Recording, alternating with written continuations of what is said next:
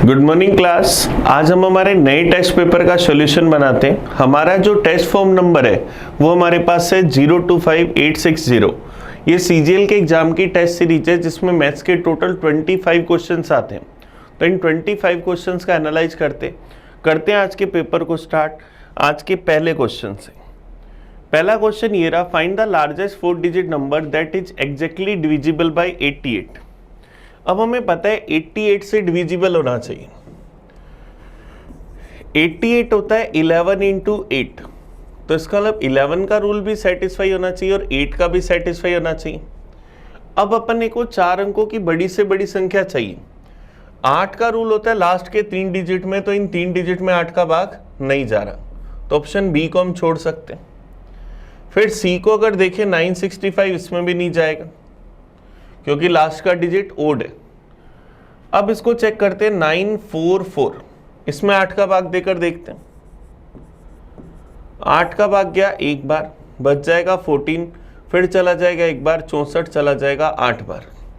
8 का भाग जा रहा है। 11 का भाग अगर देखें तो क्या जाएगा, 9 और 4 13 और 9 और 4 13, डिफरेंस 0 पूरा पूरा जा रहा है, तो ऑप्शन सी हमारा आंसर आ जाएगा। तो ऑप्शन सी इसका सही आंसर है। चलिए नेक्स्ट क्वेश्चन की ओर बढ़ते हैं। Question number 52। In a business, ABC are 3 partner and they made investment in a such a way that 6 into A's capital बराबर 8 into B's capital बराबर 10 into C's capital. What is the difference between the share of B and C in a profit of 98700 at the end of year? A की capital का 6 गुना, B की capital के 8 गुना के बराबर और सी की कैपिटल के 10 गुना के बराबर। तो यहाँ से अगर हम ए बी सी का रेशियो निकालें, ए की वैल्यू चाहिए से छोड़ दें 8 इंटू 10 80, बी की वैल्यू चाहिए से छोड़ दें 10 इंटू 6 60, सी की वैल्यू चाहिए से छोड़ दें 8 6 48। अब अगर अपन इसको 4 से काट दें तो मेरे पास यहाँ से क्या आ जाएगा 20, 15 और 12। ये हमारे पास ए बी सी तीनों की कैपिटल का मनी का रेशियो आ गया। टाइम की बात नहीं कर रहा, तो यही प्रॉफिट का रेशियो है। अब टोटल प्रॉफिट हमें पता है और बी और सी का डिफरेंस बताना है। बी और सी का डिफरेंस निकालते हैं। टोटल है 98700, रेशियो का टोटल अगर देखें तो 47, वैल्यू चाहिए दोनों के डिफरेंस की 3 की। 47 से चला गया 2 बार, 94 बच जाएगा 47, फिर चला जाएगा एक बार। 21 इंटू 100 इंटू 3 क्या आ जाएगा 6300। तो बी और सी के भागों का अंतर कितना आ गया 6300। तो ऑप्शन ए हमारा आंसर आ जाएगा। तो ऑप्शन ए इसका सही आंसर। हमने डायरेक्ट डिफरेंस निकाल लिया, इंडिविजुअली पार्ट्स नहीं निकाले। नेक्स्ट क्वेश्चन की ओर बढ़ते हैं। Question number 53। In the numerator of a fraction is increased by 20% and the denominator is decreased by 10%, the resultant fraction is this, then what is the original fraction? हमने original fraction मान लिया x upon Y. x अपने आप में 100%, y अपने आप में 100%। हमने x को 20% से बढ़ाया, x अपने आप में 100%, इसको 20% बढ़ाया तो x का 120% हो जाएगा। y अपने आप में 100%, इसको 10% से कम करा तो y का 90% हो जाएगा। और इस फ्रैक्शन की वैल्यू क्या है 16/21। परसेंटेज से परसेंटेज गया, 30 से गया 3 बार, ये गया 4 बार। तो x into 4 upon Y into 3 बराबर 16/21। 3 से गया एक बार, ये गया 7 बार। 4 से गया एक बार, ये गया 4 बार। तो x अपॉन वाई की वैल्यू क्या आ गई 4/7। तो वो ओरिजिनल फ्रैक्शन जो था वो क्या आया 4/7। ये हमारा आंसर आ जाएगा। चलिए नेक्स्ट देखते हैं क्वेश्चन नंबर 54। और किसी को डायरेक्ट करना हो तो ये 16/21 है।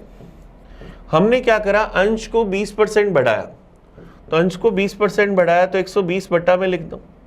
हर को 10% कम करा तो 100 - 10 90 ऊपर लिख दो। परसेंटेज से परसेंटेज गया, 30 से गया 3 बार, ये गया 4 बार। 4 से गया 4 बार, 3 से गया 7 बार, सीधा सीधा आंसर आ गया 4/7। चलिए नेक्स्ट क्वेश्चन देखते हैं 54 number. By selling an article for 2362.5, Neeta's gain was 12.5%. For how much she had to sell it so a to gain 33.5%। मान लिया आर्टिकल का कॉस्ट प्राइस 100%, पहले इसको 12.5% प्रॉफिट पर बेच रहे थे, तो सेलिंग प्राइस क्या था 112.5%। इसकी वैल्यू हमारे पास कितनी है 2362 रुपये 50 पैसे। अब हम इसको 33.5% 33.5% गेन पर बेचना चाह रहे हैं, तो सेलिंग प्राइस क्या होगा 133.5%। हमें इसकी वैल्यू निकालनी, तो यहाँ से इसकी वैल्यू निकालते हैं। 2362 रुपये 50 पैसे वैल्यू है 112.5% की, वैल्यू हमें चाहिए 133.5% की। परसेंटेज से परसेंटेज गया, पॉइंट से पॉइंट चला गया, ये पॉइंट हटाया बटा में 10। अब अगर अपन इसको 25 से काट दें, 25 से सबसे पहले चला गया 4 बार, 12 बच गया, फिर चला जाएगा 5 बार। 25 से अगर इसको काटे, 25 से गया 9 बार, 225 बच जाएगा, 112 फिर चला जाएगा 4 बार, 12 फिर चला जाएगा 5 बार, फिर 45 से गया 1 बार, ये गया 21 बार, फिर इसको 5 से काटा, ये गया 2 बार, 5 से काटा, 5 दूनी 10 बच गया, 3 33 चला गया 6 बार, 30 फिर चला गया 7 बार। तो सेलिंग प्राइस क्या आया 21 इंटू 267 अपॉन में 2, तो क्या आएगा 2670 52 5340 54 5540 5607 रुपये 50 पैसे बटा में 5607 रुपये बटा में 2, तो क्या जाएगा 2803.5 2803 रुपये 50 पैसे। ऑप्शन ए हमारा आंसर आ जाएगा, क्योंकि 267 को जब हमने 21 से मल्टीप्लाई करा तो क्या आया 7, 26 और 14 40 लिख दिया 4, 26 दूना 52 और 4 56, ये हमारे पास आ गया। 2 का भाग देते 2803 रुपये 50 पैसे। अब हमें इसमें कॉस्ट प्राइस निकालने की कहीं भी जरूरत नहीं थी। चलिए नेक्स्ट क्वेश्चन की ओर बढ़ते हैं। Question number 55। 3 numbers are in the ratio 2:3:4 and their LCM is 180. Find the sum of the square of numbers. हमें 3 संख्याओं का अनुपात दे रखा है, उनका LCM 180 है, हमें इनके वर्गों का योग बताना है। 3 numbers का रेशियो 2:3:4 है। इनका HCF अगर मैं H मानूं तो ये नंबर्स होंगे 2H, 3H और 4H। तो इन नंबर्स का LCM क्या आ जाएगा 12H। ये बराबर किसके 180 के, तो H का मान 180 बटा 12, तो क्या जाएगा 15। तो ये जो नंबर्स है वो हमारे पास क्या जाएंगे 15 दूना 30, 15 तिये 45 और 15 चौक 60। अब मुझे नंबर्स के स्क्वायर का सम चाहिए। 30 का स्क्वायर 900, 45 का स्क्वायर 2025 और 60 का स्क्वायर 3600। तो इन सब का अगर अपन टोटल करें तो क्या आ जाएगा 6525। तो ऑप्शन क्या आ जाएगा बी। ऑप्शन बी इसका सही आंसर आ गया 6525। नेक्स्ट देखते हैं question number 56। 5 sine square theta plus 3 cos square theta बराबर 4। तो हमें tan थीटा की वैल्यू बतानी है कि क्या होगी। तो 5 sine square theta plus 3 cos square theta बराबर 4 है। तो हम क्या लिखें 2 sine square theta plus 3 sine square theta cos square theta, 3 common ले लिया बराबर 4। इसकी वैल्यू 1 होती है तो 3 उधर जाती माइनस का, 2 साइन स्क्वायर थीटा बराबर 4 माइनस 3 1। तो साइन स्क्वायर थीटा बराबर 1/2। तो साइन थीटा बराबर क्या 1/√2 और 1/√2 इसका मतलब थीटा हमारे पास कितना 45 डिग्री। और थीटा अगर 45 डिग्री तो हम यहाँ से tan थीटा का मान बताना है। तो tan 45 डिग्री की वैल्यू क्या होती है 1 होती है। तो हमारे पास आंसर क्या आ जाएगा ±1।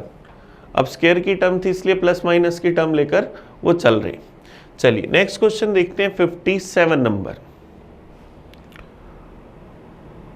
हमें कह रहे हैं A B C D is a parallelogram. AB is equal to 14, BC is equal to 18 and AC is equal to 16. Find the length of other diagonal. हमारे पास ABCD एक समांतर चतुर्भुज है जिसमें हम लोगों को AB की लेंथ दे रखी है 14 सेंटीमीटर, BC की लेंथ दे रखी है 18 सेंटीमीटर और AC की लेंथ दे रखी है 16 सेंटीमीटर। हमें दूसरा डायगोनल BD फाइंड करना है कि क्या होगा। अगर मैं इनका इंटरसेक्शन पॉइंट O मानूं और यहां पर मैं क्या करूं, अपोलोनियस थ्योरम लगाऊं, अपोलोनियस प्रमेय। तो अपोलोनियस थ्योरम क्या कहती, AB square plus BC square बराबर 2 इंटू हमारे पास क्या आ जाएगा OB square plus AO square, ये हमारे पास आ जाएगा। तो यहाँ से AB स्क्वायर 14 का स्क्वायर 196, 18 का स्क्वायर 324 बराबर 2 into OB square plus OA square, ये 16 है तो ये कितनी हुई 8, 8 का स्क्वायर क्या बनेगा 64।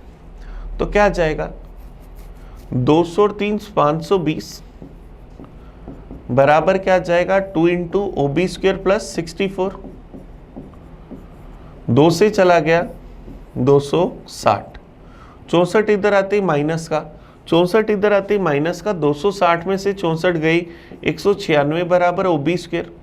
तो OB स्क्वायर बराबर अगर 196 तो OB बराबर 14, OB बराबर अगर हमारे पास 14 है, ये 14 है तो ये भी 14 होगा, तो दूसरा पूरा विकर्ण 14 प्लस 14 28, ये हमारा आंसर आ जाएगा।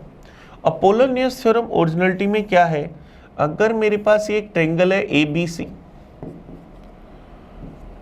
और इससे सामने वाली साइड पर अगर मीडियन है AO, मीडियन इसको दो बराबर भागों में बांट दिए, तो अपोलोनियस थ्योरम क्या कहती है AB square plus AC square बराबर 2 इंटू मीडियन का स्क्वायर प्लस सामने वाली साइड का एक पार्ट BO का स्क्वायर। सेम यही चीज हम लोगों ने यहाँ पर अप्लाई करी ताकि हम लोग बड़े आराम से अपना आंसर निकाल सके। चलिए नेक्स्ट क्वेश्चन की ओर बढ़ते हैं, question number 58। There is a pyramid on a base which is a regular hexagon of the side 2a. If every slant edge of this pyramid is the length of 5a by 2, then the volume of pyramid. हमें pyramid का volume बताना है। अब pyramid का volume हम लोगों को पता है कि क्या होता है 1/3 बेस एरिया इनटू में हाइट। अब हमें यहां पर पता है कि पिरामिड का आधार जो है वो समषटभुज है और प्रत्येक तिर्यक हाइट हमें दे रखी है 5a by 2। तो यहां से अगर अपन हाइट निकालें तो मेरे पास क्या आ जाएगी तिर्यक ऊंचाई का वर्ग माइनस में बेस वाली भुजा का वर्ग। तो यहां से हाइट की वैल्यू मेरे पास क्या आ जाएगी 25a स्क्वायर अपॉन में 4 माइनस में 4a स्क्वायर। अपन इसका एलसीएम लेकर सोल्व करेंगे तो 25a स्क्वायर माइनस में 16a स्क्वायर अपॉन में 4, तो क्या आ जाएगा 9a स्क्वायर बाय 4 का रूट। तो क्या बन जाएगी हाइट की वैल्यू 3a बाय 2। तो हाइट हमारे पास आ गई। अब बेस की भुजा हमें पता है, रेगुलर हेक्सागन का एरिया में पता है कि रेगुलर हेक्सागन के अंदर 3 हमारे पास क्या बनते हैं 6 हमारे पास क्या बनते हैं इक्विलेटर ट्रायंगल। तो 6 into √3/4 into side square into में हाइट। तो क्या आएगा 1/3 इंटू 6 इंटू √3/4। बेस की भुजा हमारे पास क्या है 2a का स्क्वायर क्या आ जाएगा 4a स्क्वायर इंटू में हाइट कितनी है 3a/2, ऐसा हम लिख सकते हैं। तो 4 से 4 कैंसिल, 3 से 3 कैंसिल, 2 से चला गया 3 बार, तो वॉल्यूम क्या आ जाएगा 3√3 इंटू में a क्यूब। वॉल्यूम हमारे पास क्या आ जाएगा 3√3 into a cube. Option B हमारा आंसर आ जाएगा। अब ये पिरामिड है तो हमें इसकी हाइट निकालने के लिए इसका टॉप व्यू सोचना पड़ेगा, क्योंकि हम लोगों ने रेगुलर हेक्सागन बनाया। तो यहाँ पर इसका जो सेंटर पॉइंट होगा, यहाँ से ये सीधी सीधी हाइट होगी, ये ट्रांसवर्स हाइट होगी। तो अगर अपन इस तरह से बनाएं तो ये हाइट होगी, ये ट्रांसवर्स हाइट होगी और ये उसकी भुजा होगी। यह हमें दे रखी है 5a/2। यहाँ पर 90 डिग्री का एंगल बन रहा है, तो इसलिए हम लोगों ने उसकी हाइट निकाल ली। ये ओरिजिनलिटी में 3D का डायग्राम है, ये इस तरह से हवा में। चलिए नेक्स्ट क्वेश्चन देखते हैं 59 number. 3 equal circle, each of the radius 1 centimeter are circumscribed a large circle. Find the perimeter of the circumscribed circle. अब देखो इन तीनों के सेंटर को मिलाकर, अगर मैं एक ट्रायंगल बनाऊं तो इस ट्रायंगल की भुजा क्या आ जाएगी? प्रत्येक वृत्त की त्रिज्या 2 है, तो इस ट्रायंगल की भुजा 2 आ जाएगी। अब अगर मैं इस ट्रायंगल के चारों ओर एक सर्किल बनाऊं और उस सर्किल की अगर मुझे रेडियस चाहिए, तो हमें पता है इक्विलेटर ट्रायंगल के बाहर अगर अपन कोई सर्कम सर्किल बनाते हैं तो सर्कम सर्किल की रेडियस क्या होती है? a/√3। तो इसकी रेडियस क्या आ जाएगी? 2/√3। तो ये जो हमने रेड कलर से सर्किल बनाया, इस सर्किल की रेडियस हमारे पास आ गई 2/√3। अब इस सेंटर पॉइंट को अगर मैं क्या करता हूं, यहां से यहां तक मिलाता हूं और फिर इसको आगे बढ़ाकर मिलाता हूं, तो ये तो छोटे वाले सर्किल की रेडियस होगी 1, ये मेरे पास इस सर्कम सर्किल की रेडियस होगी 2/√3। तो बड़े वाले सर्किल की जो रेडियस होगी वो इन दोनों के सम के बराबर होगी क्या? तो बड़े वाले कैपिटल सर्किल की रेडियस अगर मैं r' से रिप्रेजेंट करूं तो वो क्या आ जाएगी? 2/√3 + 1। तो क्या आ जाएगा? 2 + √3/√3। तो ये बड़े वाले सर्किल की रेडियस आ गई। अब हमें बड़े वाले सर्किल की रेडियस नहीं चाहिए, हमें उसका क्या चाहिए? पेरीमीटर, परिमाप। तो हम यहाँ से अगर उसका पेरीमीटर निकालें सर्किल का, या हम क्या करें उसकी सरकमफ्रेंस निकालें, तो वो क्या होती है? 2πr। तो क्या लिखें? 2π इंटू में 2 + √3/√3, ऐसा हमारे पास बन जाएगा। अब ऐसा अपन कोई ऑप्शन ढूंढ लेते हैं, कौन सा है? 2π इंटू 2 + √3/√3, ऑप्शन बी हमारा आंसर आ जाएगा। चलिए, बस बड़ा मेन आपको क्या देखना है कि यहाँ से रेडियस कैसे निकली। तो हम लोगों ने सबसे पहले तीनों के सेंटर को मिलाया, एक ट्रायंगल बनाया, वो इक्विलेटर ट्रायंगल बना। इक्विलेटर ट्रायंगल के सर्कम सर्किल की रेडियस a/√3, तो वहाँ से उसकी रेडियस आ गई और बड़े वाले की रेडियस इन दोनों का सम, तो हमने वहाँ से निकाल लिया। चलिए नेक्स्ट क्वेश्चन की ओर बढ़ते हैं 60 की ओर। If a-7 into b-10 into c-12 बराबर 1000, then the least value possible value of a plus b plus c। अब देखो इन तीनों का मल्टीप्लाई 1000 बन रहा है। 1000 क्या मेरे पास 10 का क्यूब है, तो ये 10 का क्यूब कब बनेगा? जब ईच वैल्यू क्या होगी? 10 होगी, तभी तो बनेगा। 10 इंटू 10 इंटू 10, तभी मेरे पास बनेगा। तो अगर a-7 बराबर 10, तो a बराबर 17, b-10 बराबर 10, तो b बराबर 20, और c-12 बराबर अगर 10 तो c बराबर 22। तो a + b + c, हमें इसकी वैल्यू चाहिए तो क्या आ जाएगा? 59। तो a + b + c की वैल्यू क्या आ जाएगी? 59। ये हमारा आंसर आ जाएगा। तो इनका मिनिमम मान क्या होगा? 59। क्योंकि देखो ये 7 से बड़ा मानना पड़ेगा, ये 10 से बड़ा और ये 12 से बड़ा, तभी तो मेरे पास इनकी वैल्यू एटलीस्ट कुछ ना कुछ आनी स्टार्ट होगी। तो अगर मैं इनको 8, 11 और 12 लेता हूँ, अगर 8, 11 और 13 लेता हूँ, तो मेरे पास यहाँ से क्या जाएगा? 24 और 8 32। तो 32 से बड़ा एक ही ऑप्शन है 59, यही सेटिस्फाई करेगा, और तो कोई ऑप्शन भी नहीं है। चलिए नेक्स्ट देखते हैं 61। 61 देखो DI का क्वेश्चन है, हमें क्या करें?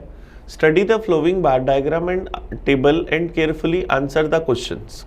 Number of the employees working in 5 different companies, A, B, C, D, E इन अलग अलग कंपनियों में कार्यरत कर्मचारियों की संख्या दिखा रखें। हमें क्या बताना है? What is the number of male employees taking all the companies together? सभी कंपनियों में मिलाकर पुरुष कर्मचारियों की टोटल संख्या, और ये मेल और फीमेल का रेशियो दे रखा है। कंपनी ए में टोटल एम्प्लॉय 760, बी में 840, सी में 720, डी में 640 और ई में 700। अब उनको इस रेशियो में बांटकर मेल और फीमेल निकाल लें, तो रेशियो का टोटल 19, तो यहाँ से 760/19 40, 13 इंटू 40 520, 4 और 3 7, 840/7 मेरे पास क्या आ जाएगा? 120, 120 इंटू 4 480, 8 और 7 15, 720 में अगर मैं 15 का भाग दूं तो 15 चौक 60, बच जाएगा 12, 48, 48 इंटू 7, 48 को 7 से गुना करें 5, 7 चौक 28 और 5 33, 336, 9 और 11 20, 640 बटा 20 32, 32 इंटू 9 288, 23 और 12 35, 700 बटा 35 क्या आएगा 20, 23 इंटू 20 460, तो क्या आ जाएगा 8 6 14, कैरी आ जाएगी 1, 8 10 11 14, 14 और 8 क्या आ जाएगा 22 और 6 28, बच जाएगा 2, 5 और 4 9 और 3 12 और 2 14 और 4 18 और 2 20, 2084, तो 2084 ये हमारा आंसर आ गया। तो सभी में मिलाकर पुरुष कर्मचारियों की टोटल संख्या कितनी है 2084। नेक्स्ट देखते हैं 62 नंबर, इसी पर बेस 3 क्वेश्चन है। सभी कंपनियों को मिलाकर महिला कर्मचारियों की औसत संख्या बतानी। तो अब देखो एक बार पिछले क्वेश्चन पर आए, हमें महिलाओं का एवरेज चाहिए, टोटल मेल हमें पता है, टोटल एम्प्लॉइज अगर अपन निकालें तो 0, 6 4 10 12 और 4 16, कैरी आ गई 1, 8 दूनी 16, 16 और 14 30 और 36, 36 और 60 एम्प्लॉइज थे, जिसमें से 2084 मेल है, तो फीमेल कितनी हो जाएंगी 3660 में से 2084 अगर अपन घटा दें तो हमारे पास क्या जाएगा, 10 में से 4 गई 6, 5 15 में से 8 गई 7, फिर यहाँ से मेरे पास क्या हो जाएगा 5 1576। सभी में मिलाकर टोटल फीमेल है 1576। अब मुझे इनका क्या चाहिए, एवरेज चाहिए। तो कितनी कंपनीज है 5, तो एवरेज 1576 बटा 5, तो क्या जाएगा 3, फिर चला गया 1 बार 2 26, चला जाएगा 5 बार 315.2, लगभग मान बताना है तो ऑप्शन क्या आ गया बी, ऑप्शन बी इसका सही आंसर आ गया। सभी कंपनियों में मिलाकर महिला कर्मचारियों का औसत लगभग 315 है। चलिए नेक्स्ट देखते हैं 63। कंपनी ए और सी में कार्यरत पुरुष कर्मचारियों की संख्या और बी और डी में महिला कर्मचारियों की संख्या से कितनी अधिक है। अब ए और सी और बी और डी सब में हमें एम्प्लॉय चाहिए, 760 840, सी के अंदर 720 और डी के अंदर 640। अब ए और सी के पुरुष चाहिए तो क्या जाएगा 520, 15 मतलब 48 इंटू 7, तो क्या जाएगा 8 7 56, 5 7 चौक 28, 5 33, 336।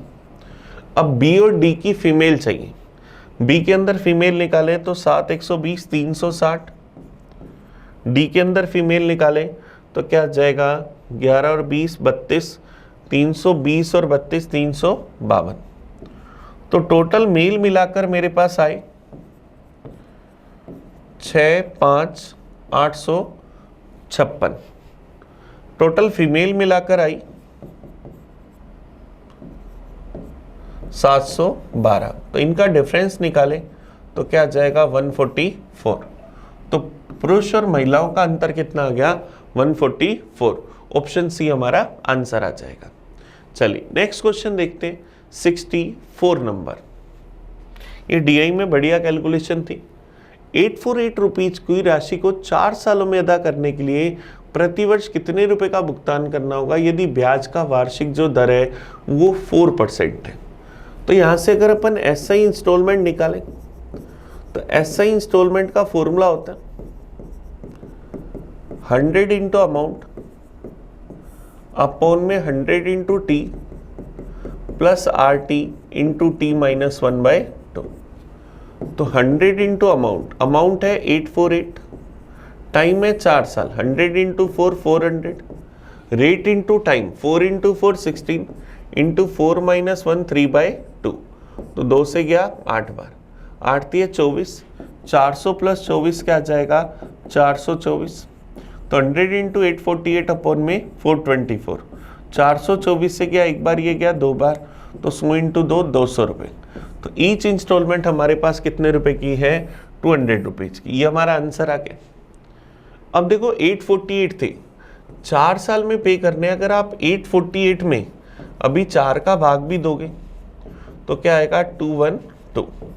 तो मेरा आंसर 212 से कम आना चाहिए।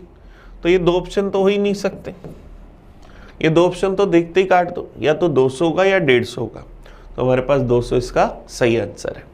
चलिए नेक्स्ट क्वेश्चन देखते हैं 65।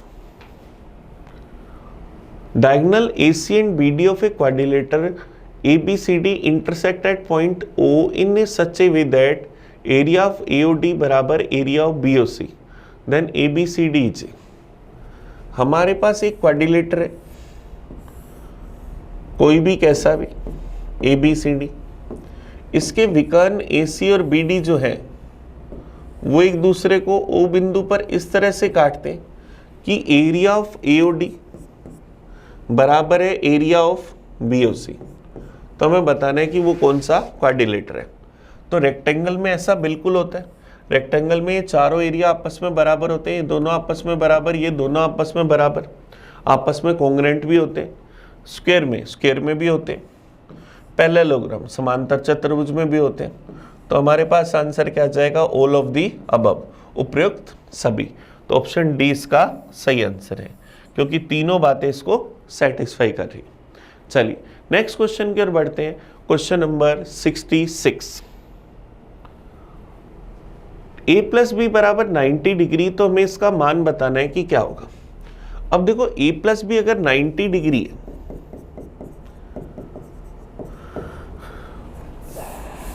a प्लस बी अगर हमारे पास 90 डिग्री है, तो क्या हम b को 90 डिग्री माइनस a लिख सकते हैं? तो क्या मैं 10b की जगह 1090 माइनस a लिखूंगा तो क्या कोट a बन जाएगा? फिर मैं कोट b की जगह कोट 90 माइनस a लिखूंगा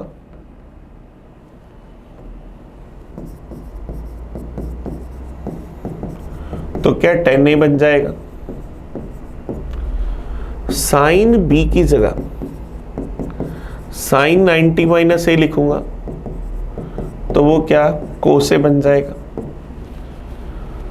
और सेक b की जगह अगर मैं सेक 90 माइनस a लिखूंगा तो वो क्या कोसेक के बन जाएगा। तो ये सारी वैल्यू मेरे को जो फाइंड करना है मैं उसमें रख देता हूं। तो हम क्या लिखें, रूट के अंदर 10a,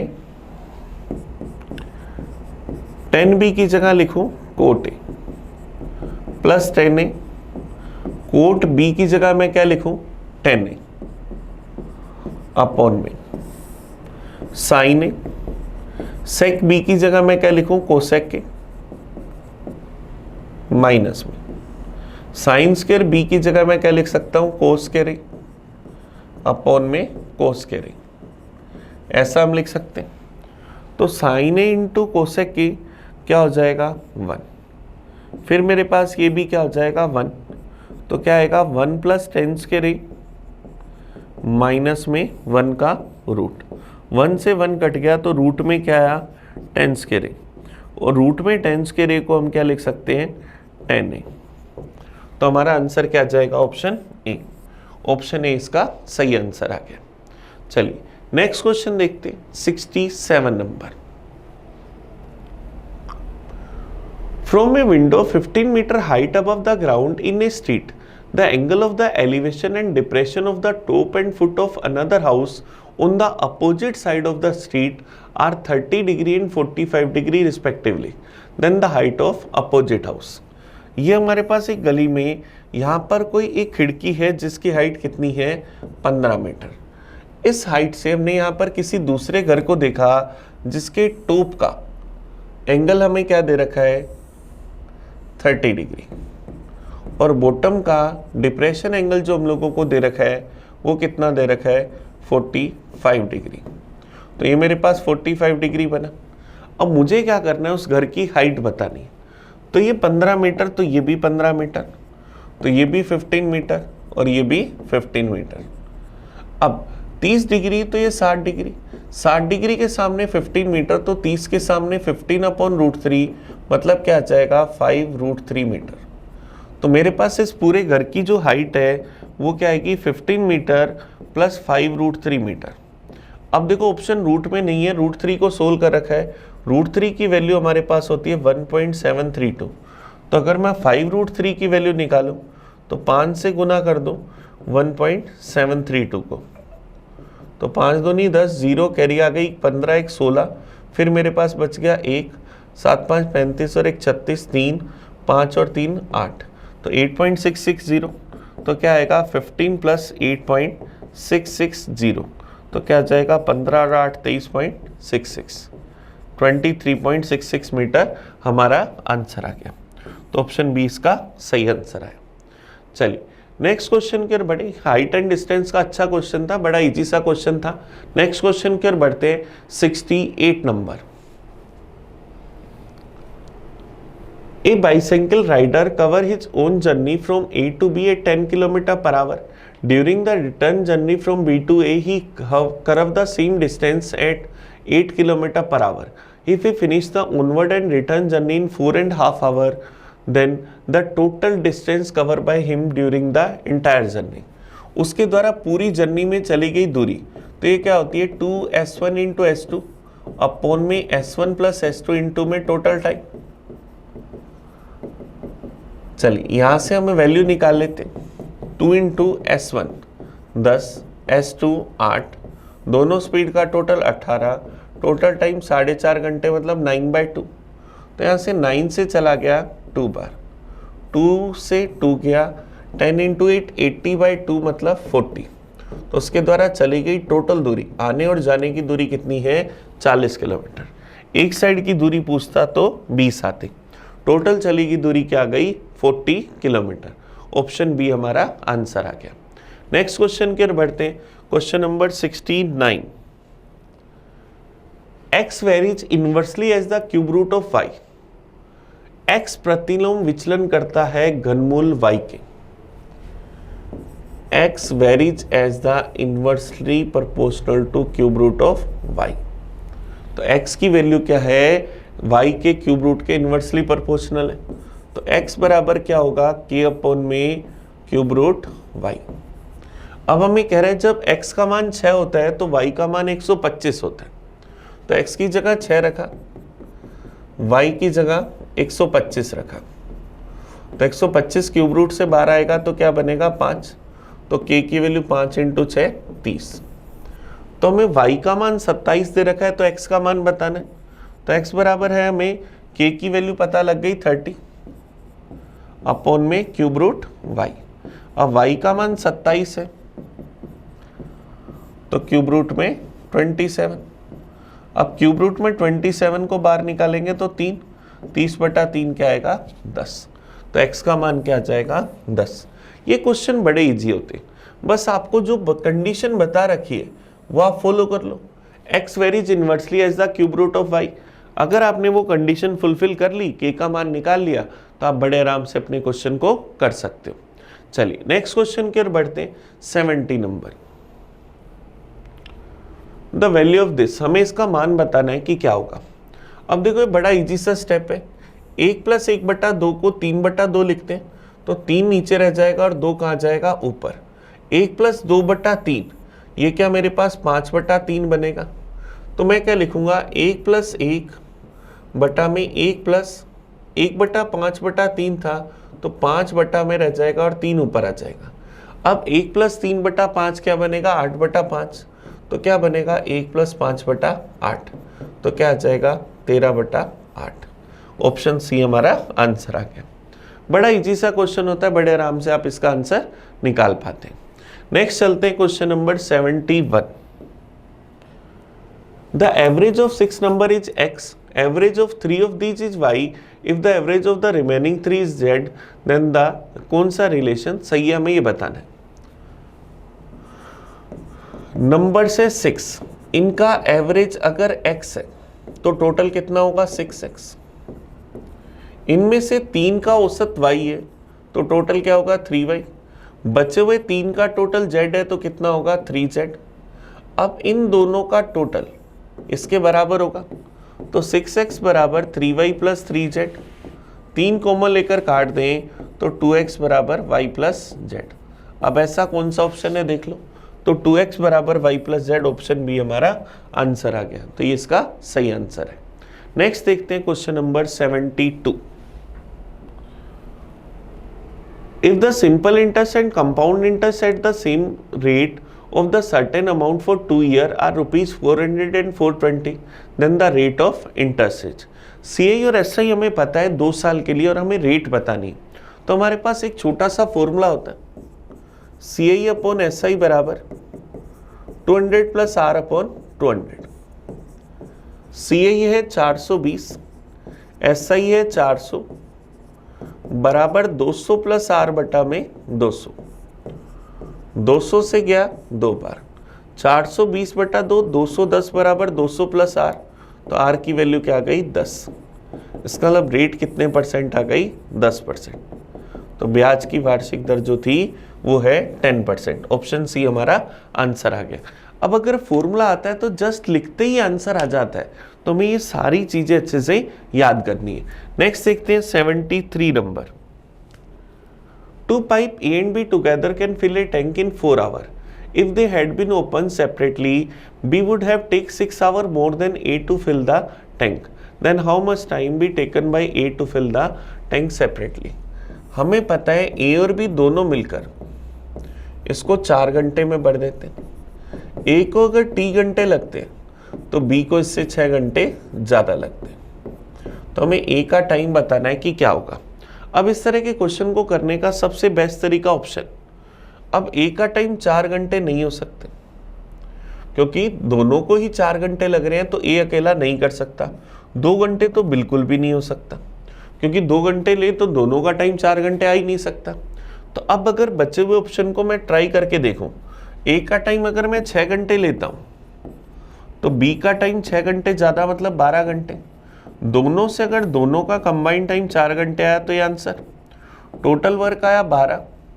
A की एफिशिएंसी 2, B की एफिशिएंसी 1, दोनों की एफिशिएंसी 3, तो 12 बटा 3 4 घंटे सेटिस्फाई कर रहे हैं, तो 6 घंटे हमारा आंसर आ गया। ऑप्शन सी सही आंसर आ गया। इस तरह के क्वेश्चन को करने का सबसे बेस्ट तरीका ऑप्शन होता है, ऑप्शन से रिजल्ट बड़ा इजीली आ जाता है। नेक्स्ट क्वेश्चन देखते हैं 74। An article is sold at 20% profit.